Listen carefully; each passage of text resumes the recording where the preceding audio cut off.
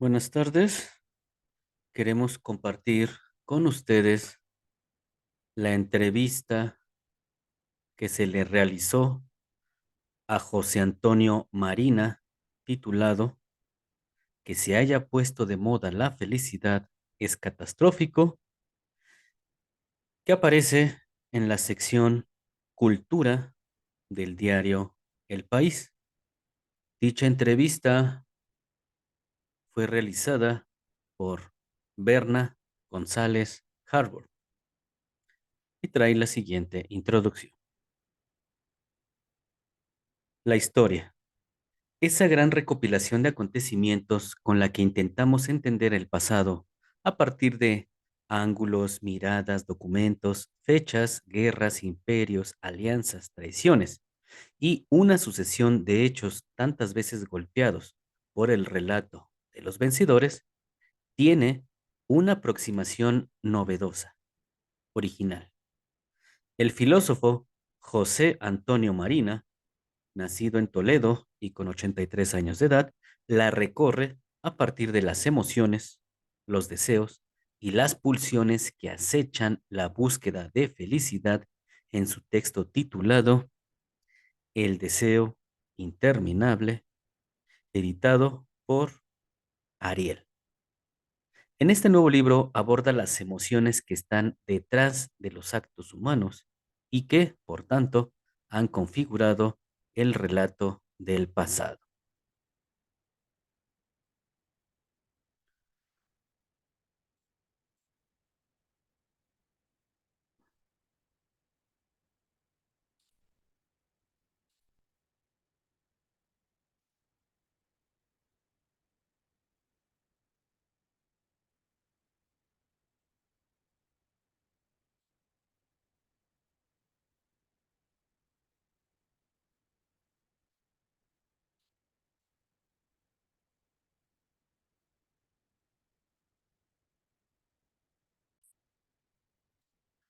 Pregunta: ¿el deseo es el principal motor de la historia?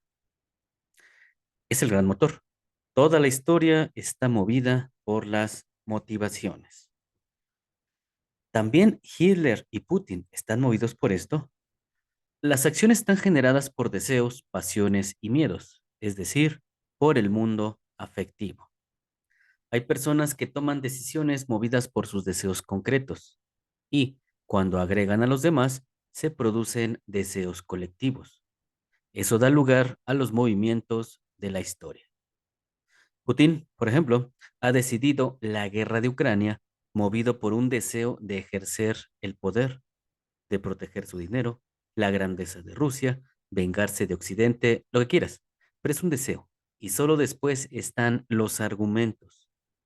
En su último discurso para justificar la guerra, despertó en el pueblo ruso el miedo a Occidente, la necesidad de recuperar la grandeza de Rusia y la movilización que deseaba. Los argumentos solos no movilizan. Necesitamos que enlacen con deseos. Estamos hablando de poder, uno de los grandes deseos que intervienen en la historia, y ninguno se mantiene solo por la fuerza. Tiene que movilizar la obediencia de los súbditos. También el régimen nazi estuvo basado en la obediencia, como ahora el chino. Pregunta: ¿está fracasando Occidente a la hora de conseguir la autoridad moral de sus líderes para sostener la credibilidad del sistema? Después de una época de auge de las democracias, hoy vemos una especie de desconfianza, y ese es el gran fallo del mundo occidental. Por eso están apareciendo las democracias iliberales, con líderes fuertes que llevan hasta al límite la legalidad. Pasó con Trump, Bolsonaro, Erdogan, Putin, Orbán, Kaczynski. De repente empiezan a tener atractivo dentro de las democracias. Los occidentales no estamos reconociendo los grandes logros conseguidos y hay una desconfianza excesiva en el sistema que entronca con la nostalgia del líder fuerte. Consideramos a China solo como potencia económica y tecnológica cuando resulta que es una potencia ideológica muy fuerte que está haciendo proselitismo de su modelo. Estamos tan sumamente obsesionados por la economía que no nos damos cuenta de esto. de hasta qué punto las propuestas teóricas de Xi Jinping están calando. ¿Cuál es el problema de los occidentales desde el punto de vista de las emociones? Nos sobran razones y argumentos, pero falta adhesión a nuestro modelo. Tenemos una vida política excesivamente emocional, que genera una polarización muy grande. No hemos conseguido, por ejemplo, tener una emoción relacionada con el término Europa o con democracia. Ahí hemos fallado. Y fácilmente volvemos a lo ancestral. Los centros emocionales están muy profundos en el cerebro y cambian muy lentamente. En cambio, los centros cognitivos están en la corteza y lo hacen muy rápidamente. Por eso, podemos cambiar muy rápido de ideas y no de emociones. Y las más viejas pulsan por salir. Por eso, las guerras funcionan siempre igual. Quiero destrozarte, sufro y quiero vengarme. Son emociones viejísimas que emergen en el momento en que el control cognitivo desaparece. Hoy las columnas de huidos de Gerson llevan teléfonos celulares, pero están huyendo exactamente igual que siempre. Nuestros sistemas emocionales no cambian. Estamos atascados en un primitivismo. ¿Por qué estamos tan polarizados? Por la misma razón por la que ha aumentado la importancia de la identidad. Una de las emociones más ancestrales de la humanidad es la pertenencia al grupo. En un mundo globalizado, eso empieza a perderse, lo que genera miedo y la gente quiere volver a sentirse identificada con su grupo. Una de las formas que tiene un grupo de cohesionarse es oponerse a otro, el enemigo exterior. Todo el enfrentamiento de ideologías que hoy se produce es de confirmación. Ese es lo que ha hecho Putin con Occidente. Somos los malos. En nuestro caso, la polarización está basada en la identidad política y social. El valor que doy al pasado respecto al futuro, la confianza en la tradición, el miedo a la novedad. En un grupo conservador como Vox, por ejemplo, eso hace que se junten personas muy diferentes. ¿Qué tiene que ver estar contra el aborto con que te guste la caza o los toros o que estés contra los gays? La cuestión está en los valores eternos y todo lo demás es peligroso. Y si buscas un enemigo, refuerzas al grupo. El otro hace lo mismo. El carácter conservador y el progresista se heredan. Se ha escrito mucho sobre ello, pero hay un componente fisiológico en el conservador, que es que prefiere evitar el castigo y por ello el riesgo. Quiere volver a lo seguro. Mientras que el progresista prefiere conseguir el premio, se arriesga, innova. El problema es, ¿y no hay nadie en medio? Un centro exige estar siempre valorando conductas distintas y es lo menos cómodo. En España no ha funcionado. ¿Somos más fratricidad? ¿Estamos más polarizados? No creo que España sea especial. Se da en Francia, en Reino Unido. Lo que pasa es que en ocasiones aquí se hace más violento. Por ejemplo, en la guerra civil es uno de los casos típicos. No puedes entenderla si no entiendes las pasiones, los deseos, los miedos, el espectro emocional de ese momento. Azaña lo dijo. La rebelión de Franco está producida por el miedo. ¿Cuáles son las grandes emociones? Las de hoy, ayer y siempre son las mismas y son universales. La pena, la alegría, el enfado, el miedo y el asco son de todas partes y a partir de ahí las culturas van creando variaciones o sentimientos más complejos. En el diccionario español hay más de 650 sentimientos. Todas las variaciones de la tristeza en la cultura española son la nostalgia, melancolía, abatimiento, culpa. La nostalgia es tan moderna que la palabra no existía hasta el siglo XIX. Y hoy la más extendida es el miedo y el sentimiento de identidad.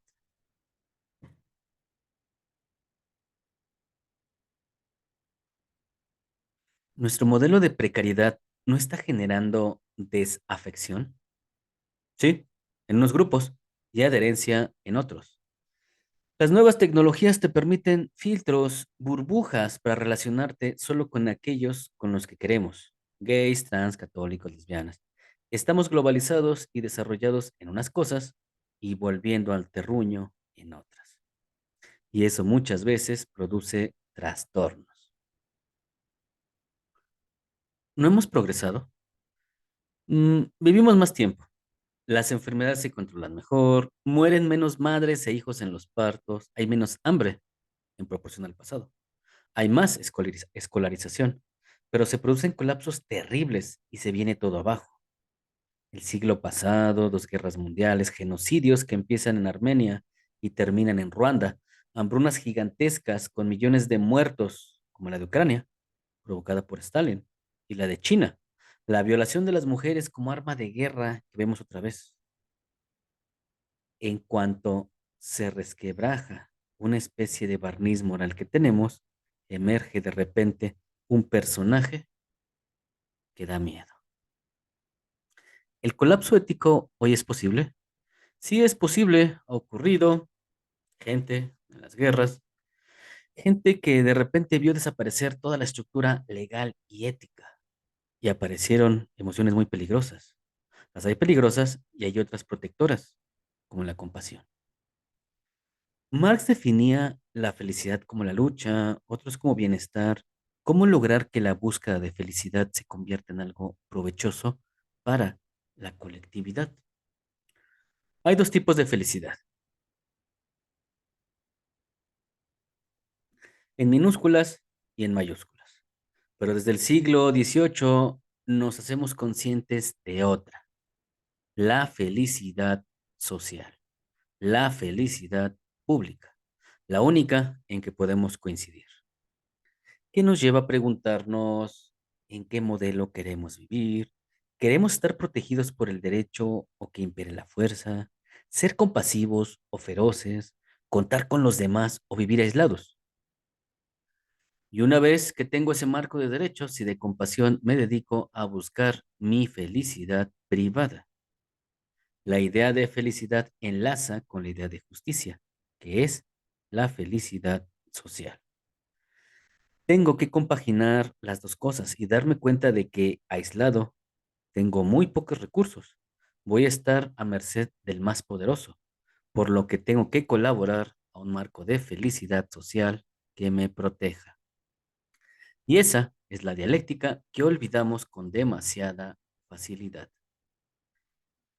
En Ucrania, por ejemplo, no se puede ser feliz porque tengo un marco de absoluta infelicidad pública que se ha ido perfilando desde la Revolución Francesa con el estado bienestar.